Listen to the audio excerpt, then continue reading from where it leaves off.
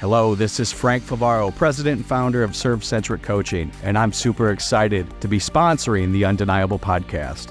When we talk about business today, everyone's looking to create an advantage. But how do you find it? Everything is copied with technology. Innovation is hard to come by. We can find it with customer experience. The experience that you provide to your customers and to your employees determines the value you bring to the marketplace. We will create a plan for you that will get your business to the next level. You can find us at www.serve-centric.com. That's Serve Centric. Serve, S-E-R-V-E -centric, CENTRIC.com. And you can reach me personally at 330-715-5361. Thank you.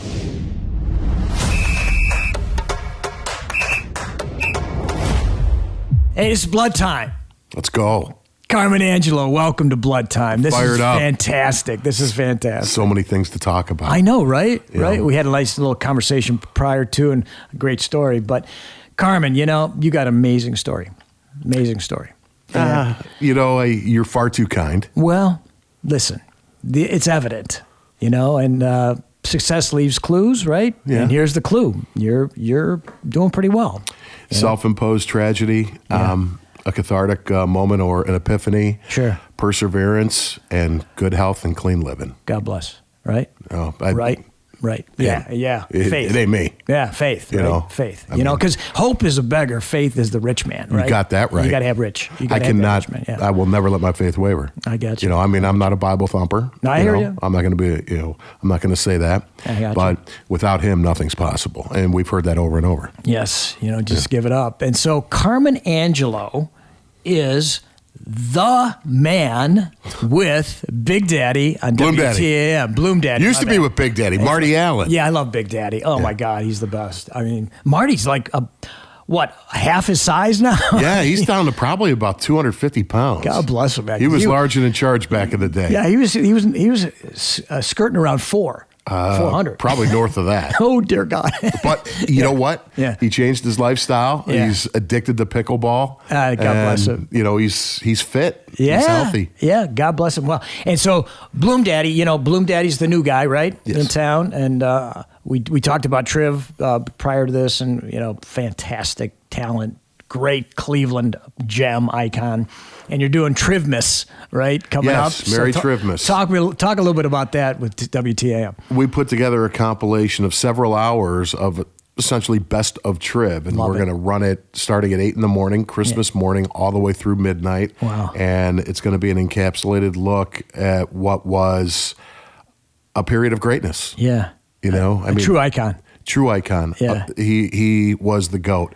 Yeah. I grew up listening to Pete Franklin. That's how Triv got his start. Yeah. Triv. Gary D, Pete Franklin. Gary D, yes. The Mr. Know-It-All and Pete Franklin, right? Yeah. And Triv was, he was the common man doing uncommon things. Yeah. This was a guy that, never graduated high school, 10th grade education, as he always stated. Right. And he began his professional career as a union tile setter. I know. And he would call Pete Franklin 2-3 times a week, and lo and behold, in the mid-'80s, he ended up getting a job in radio, and he parlayed that in one of the greatest careers ever locally. Absolutely. Definitely 100%. And he also has that wrestling connection and the golfing connection. His brother Gary was on the PGA Tour. His nephew George DiCamillo was a 2-time state champion, St. Ignatius. Sorry about that. That's okay. That's right. With the Holy War. And then he also, I think, was a 3-time All-American for Virginia or Virginia Tech. I can't remember. But Georgie's been on Virginia, the podcast. I believe. Virginia. He's been on the podcast. Love the guy. Just saw him. He was, I think he's getting married. So it's really good. I just saw him at a Screen Falls Starbucks. But so Triv was your teacher, if you will. Mm-hmm. You have that kind of a folksy, everyman persona, thankful, grateful persona.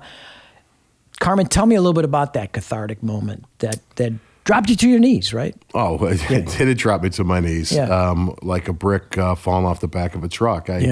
It was June 27th, 1993. Wow. I had been on a pretty good bender. Got liquored up at the Easter Seals WMMS golf outing. Oh, wow. It was a total mess. Yeah. That was a Friday. Next night, had my buddy's wedding. Okay. And and I was more than half in the wrapper there. Sure. And I woke up, Sunday, June 27th of 1993, and my hand was busted up. Yeah. Had no recollection of what may have happened. Yeah. End up going to the hospital, and I'm in the hospital, and the doctor takes a look at me and says, "I need a blood draw, homie." And I'm thinking, what? Yeah, what's going on? Yeah, and what? Lo and behold, he could tell that I was a daily drinker because of the tint, essentially, of my skin. Yeah. I was on the verge of jaundice, and, I was not healthy. Yikes. And you're what, maybe 25? I was 24 years old. There you go, yeah. They drew blood. Yeah. Doc came back, and he said, "Are you a daily drinker?" And I said, "Yes." And he asked me how much I drink a day. And I was tilting about a fifth of wild turkey a day. Wow. And I am not proud of that. But well, listen. Everybody's got their thing, right? Yeah. One way or another, we've got our thing. So that was your thing. I was working morning drive, and Pete, I would get up in the morning. I would go downtown. I was working for Jeff and Flash at the time on the Buzzard Morning Zoo. I was more icons. Yeah, more icons. How blessed am I? Holy cow. Truly favored and highly blessed. When I look back at the people the Lord's put in my way, Jeff, Flash, Triv, the people I've gotten to Bloom meet. Daddy now. Yeah, right? Bloom Daddy, yeah. Exactly, yeah. Having a riot working with Bloom Daddy. Sure. He's next generation greatness. Yeah, he's next generation current greatness. Yes. We are essentially separated by about 6 months in age. Okay. He's a 1987 high school graduate, 1991 college graduate. We align perfectly, although we do disagree on some things. And that's great. You need to have that. Yeah. You need to have that, that little friction, and then all of a sudden you drive it home. Yeah. You know what I mean? And together you come together, and sometimes you have to agree to disagree. Yeah. Right? Well, move it forward. The two of us are both conservative, and I'm not going to lead this down a political avenue, but we do disagree on some things, but it's respectful. Yeah. He doesn't gouge me, I don't gouge him. Sure. We make our points, and when it's over, we're still boys. That's the beautiful thing. That's my family. We can disagree vehemently, but we love each other at the end of the day. Absolutely. And we talk it out. We try to understand the other person's point. Yeah. You know what I mean? And we miss that a lot today in today's society. Oh, the ability to reason and be respectful is totally. If we could go back to the days where Tip O'Neill and Ronald Reagan. Right. There was a period of the day where they would clash. Sure. And then at the end of the night, they'd go have a steak and, maybe a soda. No doubt. No doubt. And that was the talk shows that we grew up with, right? Yeah. Phil Donahue would have the top conservatives on, and they would disagree, but they would respect each other's intellect and logic and viewpoints. And so we're missing that today. And we were missing that dispassionate logic, intellect, and eventual understanding. Okay. And so that said, I want to explore that a little bit because you're in the talk show business. But I want to talk about, you hit your knees on the 27th, you're saying? Of June, yes, 1993. What was the 28th like? 28th was miserable. Okay. I had taken that whole week off. Yeah. And little did I know that I probably should have received some medical help through detoxing, and I detoxed the DTs, man. Oh, it was the horrible. DTs are horrible. Don't wish it upon anybody. It's called delirious tremens. Yeah. And it's a reason for delirious tremens. It is like you are delirious. So, I was hot. I was cold. I had to pull the blinds in my bedroom. I couldn't take light. I felt like at times I had the flu. Other times I was, I had the chills. It was absolutely horrible. After about 4 days, things started to equalize, get back to normal. And somebody who will remain anonymous, very, very well known in Cleveland. Yeah. I got home from the hospital that Sunday. Yeah.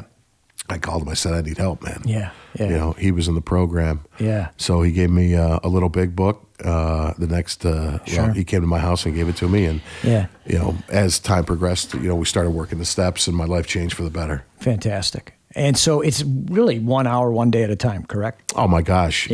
Yesterday's history, tomorrow's a mystery. I live for right now. Right.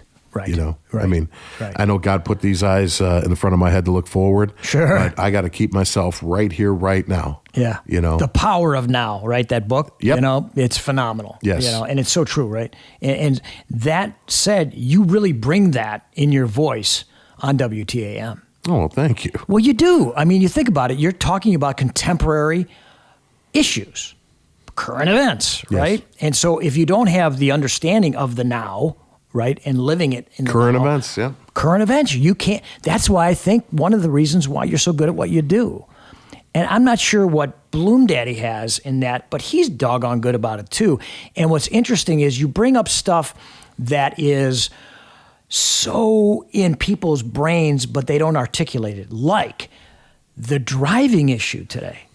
What the heck is going on with people driving? They're like insane. Yeah. And is it TikTok? Is it social media that's sending this shit out there that's saying, drive like an idiot? It's the drive like an idiot challenge.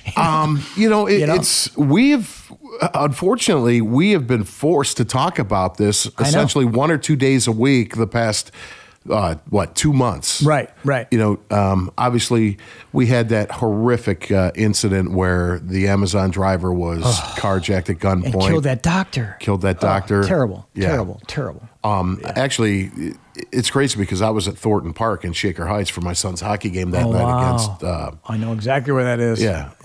They were playing Walsh Jesuit, and my ex-wife texted me, and this was about 9:30. This was about an hour and a half after the crash. Wow. And she said, "Don't go 90. Take Warrensville down to 480." Yeah. You know, because parking lot. Yeah, it was a parking lot, but the crash was on the other side of the highway. But still, both sides were rubbernecking and stuff. Yeah. Yeah. That's terrible. It's terrible. So you talk about this stuff, okay? That's top of mind, but not really articulated in just everyday conversation. Probably pockets talk about it, but you guys really talk about it, and you bring it to the forefront. And what's that like? Like, what do you guys talk about prior to going on the air? You know, take us through that a little bit. Well, we have a morning conference call, or a morning call rather, at 9:00. Okay. And I talked to him a little bit earlier today. Today I think, who do we have? We have Zach Reed coming on, former Cleveland City Councilman. Sure, yeah. And he's got some charity, doesn't he? Yeah, Toys for Tots. Sure. In conjunction with the Marines. He's having a big benefit tomorrow night at Dive Bar. Awesome. Okay. So we're having Zach on, I think at 3:50. Yeah. And then we have Politics Left, Right, Center, which is a tremendous segment. Yes. It's typically Republican Pastor James Davis. Yes. He's got a church in Akron. And Mike Polensik, Collinwood councilman. Mike's got a Christmas party for his ward that he's got to attend. So we're having Mary Springowski, Lorraine City Councilwoman, on in his stead. So, and she's brilliant as well. Yeah. Well, that's what you're trying to do, is bring back the old school understanding of competing, ideologies, and yet coming together for a decision of the good, for the better good. Yeah. Right? You know, let's forget about all that. That's one of the things. Corruption is everywhere. Let's get that corruption out and funnel it for the greater good. I just watched John Oliver. Okay, I'm not a big fan of John Oliver, but he brought up about what's going on with railroads. On how many there's 3 crashes a day, derailments a day. Okay, I did not know. It's unbelievable. And so when you have that kind of a thing going on, what in God's green earth is going on? Well, let's take a break right now. We're going to pay homage to the people that keep us on the air. I got that. You know what I'm saying? We'll be right back with Carmen Angelo for Blood Time. This is Coach Cimoroni. Infinite Search Solutions, recruitment and placement search services at its finest. Northeast Ohio's premier, easy, fast, and simple way to find the great and perfect candidate that you deserve. Matt Burns and his incredible team at Infinite Search Solutions are terrific. We are proud to have them as a sponsor. Reach out to Matt at 440-249-0485 or at their website, www.infinitte.com. And we're back. This is Coach Cimoroni, Blood Time, and I got Carmen Angelo in studio. It's fantastic. And Carm, the second segment, we typically would like to talk a little bit about some of the inspiration that you've had in your life and transformative moments, but you really identified that pretty much in the first stanza, if you will. What are you doing with that? I know that you're on the air, but there's other things that you do. I mean, I know you're involved with your son's hockey, a lot of the charity work, some of the things that are close to your heart, that you're bringing that transformative, moment into the world and really expounding on it and exploding, if you will. Essentially, and I do this under the radar, and, I don't really broadcast it, but I try to give back to young men who are struggling with drugs and alcohol between the ages of, say, 15 and 34. Okay. The guys who walked in my shoes, that I can fully appreciate what they're going through. And I don't even like, mentioning that. I get it. There's an old saying, you got to give it away to give it back. So I guess, for somewhat selfish reasons, I'm giving it away to keep myself sober as well, and seeing a smile on somebody's face who's, been beaten down by the demons of drugs and alcohol. Yeah. You see them smiling, you see them gaining weight, you see them becoming more healthy. Right. It's so gratifying. It is. Because there's the right way to live. And we just got to make that decision. But, I do want to say, first and foremost, this guy. Sure. Okay. And then the people that he's put in my inner circle. Gotcha. The people I had at St. Ed's, that when I was at St. Ed's, I thumbed my nose at him. I was a complete dickhead. Sure. Can I say that? Well, yeah, you can say, okay, yeah. You can say fuck if you want. Okay, this is Blood Time, baby. We're in a locker room, wrestling. We're in the octagon. Yeah, exactly right. And look, at the end of the day, I think the worst people on the planet are 7th and 8th graders. Think about it, right? How big of an asshole we were in 8th grade. And we don't, sometimes, we carry that out in high school, and so give yourself some grace there. Well, right? Give yourself some grace. The Lord put guys like Greg Urbis in my path. St. Greg. Guys like Tim Hyland, guys like Dan Barnhart, guys like Dan Flaherty. Sure. There were so many people that he put in my path. Mm-hmm. I was so blessed and didn't even know. I know. And all those guys saw something in me, Pete, that I didn't see in myself. Sure.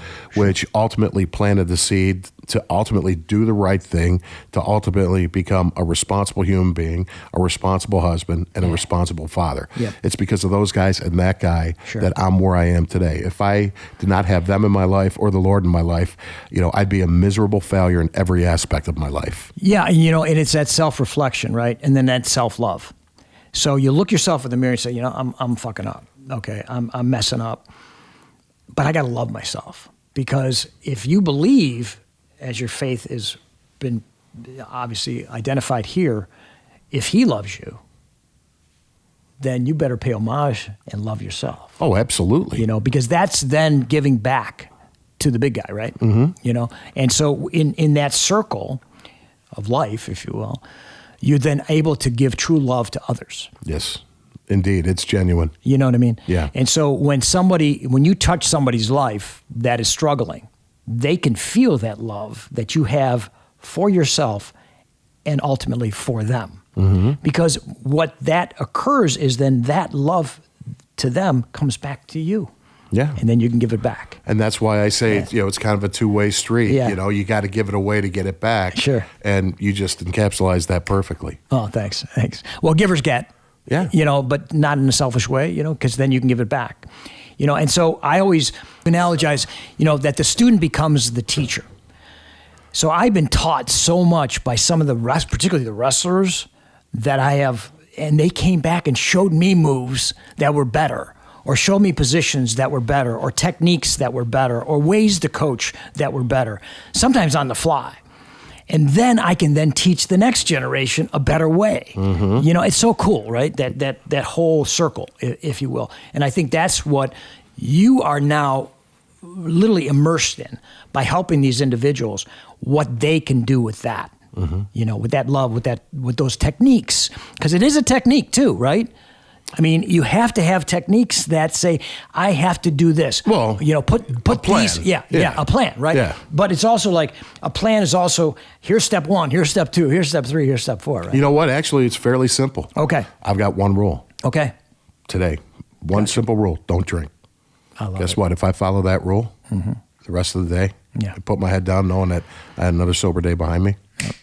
Beautiful. It's that simple. You're that on point, right? You're ready to go. So, when you've touched some of these people, and you've touched some of the people in your lives, and some of the people that you've maybe interviewed or whatever, is there anything that really has stuck out in your life that you have seen that's just been transformative for you coming back, that student teacher thing, so like somebody, one of these guys that went out and then came back to you and say, hey, this is what I did because of you, Carm, or because of the ideas I've learned? That's a great question. It wasn't really somebody that I was working with directly. Okay. But in 2013, the Cleveland Plain Dealer did a 4-part series on sobriety in September for Recovery Awareness Month, and I was one of the 4 features they had on a certain Sunday. Sure. And I basically gave my testimony. My story was out there for all to read. And there was a guy that came up to me about 3 years later, probably 2016, and he said, "I just want to tell you that you saved my life." And I'm like, "What?" Wow. He goes, I was in bad shape. I was in the stages of liver failure, and I just wanted to die. But I read your article, and for 2 years, I did not get on the organ transplant waiting list. And lo and behold, my story inspired him to get on the list. He got a new liver, and I believe he's still alive today. Wow! And he told me that. And Pete, I'm not saying I'm a tough guy or a hard ass. But I'm Italian. I'm emotional. I'll fight the baddest guy on the planet, but I'll cry at the grand opening of a Burger King. This guy, guy relayed that story to me, and I just burst out in tears. Of course. Yeah. I'm like, I'm about to cry right now, man. I get it, babe. I get it. Listen, and I've interviewed guys that said wrestling saved my life. Wrestling saved my life. And one of your good friends, a guy who's an inspiration to me, Mark Sullivan. Oh. Yeah. I read his story on a Sunday morning, probably in 1998 or 99. Yep. I'm sitting at my dining room table with my cup of coffee on a Sunday morning. I'm in tears reading about Sully, because that was me, bro. Yeah. Yeah. Sully. Oh my God. Sully is a light. He is an absolute wonderful human being. It's getting emotional, dude. All right, Brad, take a breath. And I'm gonna share a story with you. All right. So in 2007, I'm with my family. We're doing the grand opening of Sushi Rock. Yes. In Beechwood. Yes. Okay. And it was my ad agency, and I'm sitting at the bar, kind of holding court with the owner, and he goes away, and then there's this guy, this rock of a guy, walks in, and he's a phenomenal looking dude, walks up to me. He goes, "Coach," and I hadn't seen this kid literally since he was a junior in high school. Well, this is an Army Ranger captain, and he comes up to me, it's Jason, and I'm like, oh my God, dude, So we sit down and we hug it out, and everything. And it's so great to see you and everything. Then he goes and talks to my sister and my mother and my wife at the time. And he's with her for about half an hour. And so then he comes over, gives me a hug, gives me his new business card. He's back in town. It's so good to see him and reconnect. And he goes away. And I had one cocktail, and I'm like, you hit me in the ass with a wet bar towel, and I get drunk. I mean, I'm a lightweight. Well, what'd you wrestle? 98? Yeah, no, it was 132. I'm 131 this morning. Anyhow, so that said, I go over and I ask them, what you were talking to Jason for like half an hour. What the heck are you guys talking about? He goes, well, he was relaying how the lessons that he learned in the wrestling room saved his life in Fallujah. Wow. Yeah. And then I broke down. Sure. And so I understand that visceral reaction to what can be in this great world. Absolutely. From our own pain, or from our own love, or from our own commitment comes great things, because he saved another guy's life in reality, pulled him out of a firefight, and at his wedding 6 years later, which I was lucky enough to be in, he was the best man, and he relayed that story. And you talk about not a dry eye in the place. So who the fuck knows? Yeah. Who we touch. That's right. And so God bless you for doing that, babe. God bless you. You know what? There were so many great people. Like I said, in my path, my inner circle to this day is great. We meet at Joe's Deli every Saturday morning in Rocky River. It's a great thing to do. Yeah, it's a great thing to do. Yep. I've been part of that crew now for going on 31 years. So. All right. I wanted to harken back to high school days. So you say you were a flaming asshole. I probably was too. But at the end of the day, you went to school at St. Ed's. Yes. And which is a great wrestling program. Yes. Okay. And you were there, I think, maybe your senior year was Alan Freed's freshman year? I'm not sure. My junior year. Okay. Yes. Okay. So you saw the greatness of not only him, but the team. Yes. Right? And you went through the sad transition. I think you may have gone through the sad transition. I was gone, but... okay. So Howard was still alive. Yeah. Ferguson was still alive. But tell me what it was like to watch that team as another, you were a jock in other sports.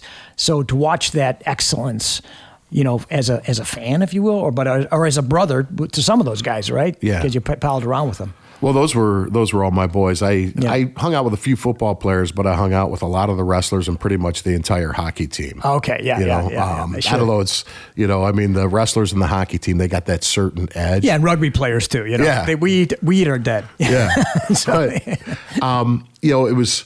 We would lift in the off season, and the boys would be up in the room and they'd be wrestling, and they would get pretty much a 90-second break to make the way down in the basement and get a drink of water in the freshman locker room. And the weight room wasn't too far off the freshman locker room. And we would see these guys. And Ferg had them all dressed in like charcoal gray T-shirts, and they had black shorts. Sure. That's how they drilled. Yep. They all wore the same thing. Yeah. They would come down. Here we are. We're throwing around weight, which is really no big deal. Right. These guys are up there. Yeah. It's 102 degrees in the room. Yeah. They're sweating right through their clothing. Sure. And I remember Davey Skelton. And, he's a stud. Yeah, state champ. Yep. I remember Davey coming down, and I don't know if he was cutting weight, but he just looked miserable. And I walked back into the weight room, a couple of buddies of mine, we were, I was like, boys, you think we got it bad doing this? Yeah. We're on a picnic. Exactly. Yeah. These guys are the best conditioned high school athletes in the world. No doubt. In the world. Doubt. I mean, no doubt. I was so blessed that when I was a kid, I started hanging out at St. Ed's when my cousin graduated in 72. So, I go back to Stone Age. Yeah, I go all the way back. And, when Ferg got there, it would not be abnormal to see Dan Gable walk in the room, Lee Kemp. Sure. Gene Mills. Heck, he lived with Ferg when the World Championships, I think, were in Toledo in '79. Well, he showed the spiral ride and a pin. I mean, people couldn't stop it. Yeah, they became unstoppable with that in late '70s, early '80s. Yeah, I just remember Gene Mills being like an elf. Yeah. Yeah. Right, you had Gene Mills. Brian Millick, I think, was living at Ferg's house at the time, too, one of our coaches. Brian was great. Well, he ended up being the head coach, I think, at Normandy or Padua. Padua, absolutely, But, how blessed was I? Dan Gable, Lee Kemp, Gene Mills. Sure. Gosh, who else? There were just so many people that Wade Chalice. Yeah. Wade, yeah, it's crazy. So many people walked in that room, and I'm like, wait a second. Coach Gable, the greatest... of all time. Yeah, exactly. The greatest of all. Now, some people may say Cal. Well, yeah, that's a good argument. Yeah. So Cale's, I think about maybe 10 national championships away from that, but who knows? Who's counting numbers, right? And you know what? Did you follow the Ironman over the weekend? I did to some degree. Okay. Yeah, to some degree. Yeah. My goodness, what a tournament! I know. Well, Marcus, Bo Bassett was there. Yeah. Is it Bo Bassett? Yeah, Bo Bassett was there. I think. Yeah. Does he go to Wyoming Seminary? I think so. Yeah.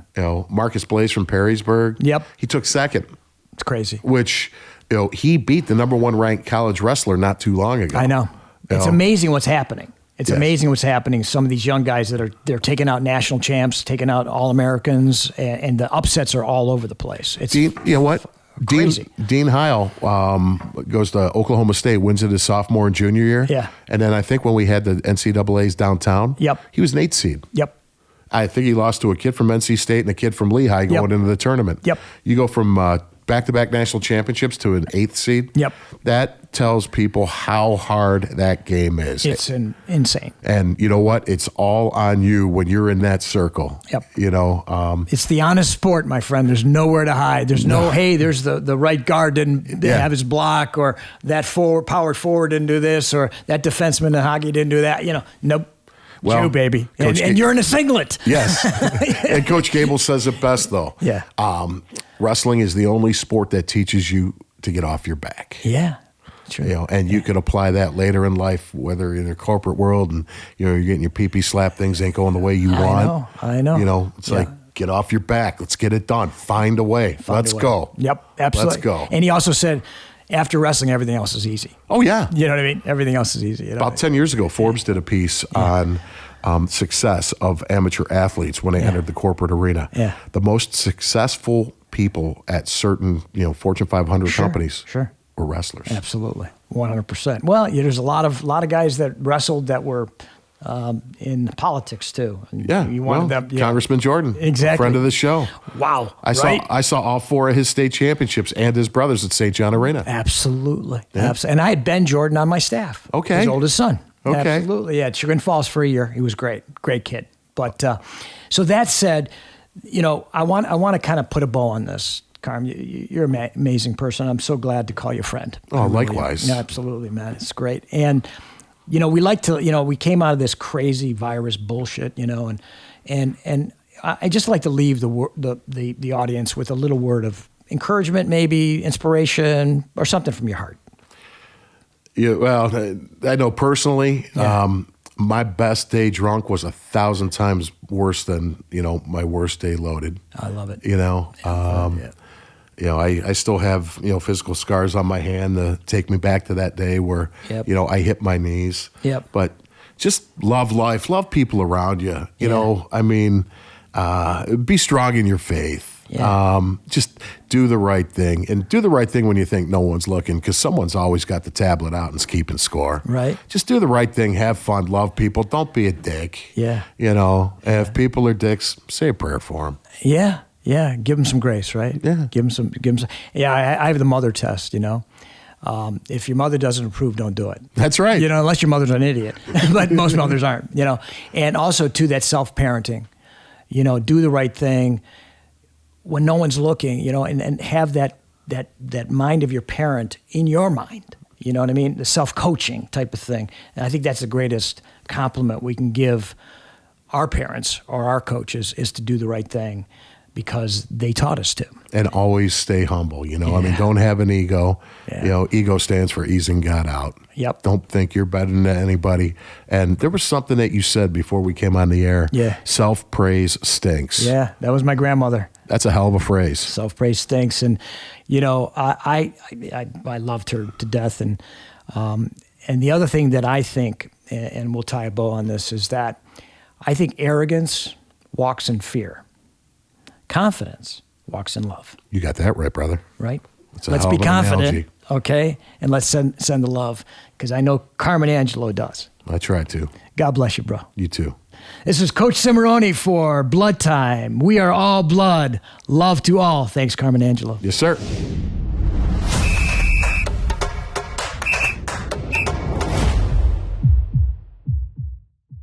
We want to thank my good friend Kevin Goodman, the managing partner at Blue Bridge Networks, as our newest partner and sponsor. Please reach out to them for all of your managed IT services needs, cloud computing needs, data center services requirements, and all infrastructure solutions services. Kevin Goodman and Blue Bridge Networks.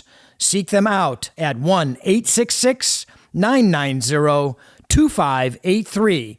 That's 1-866-990-2583, and at info@bbnllc.com.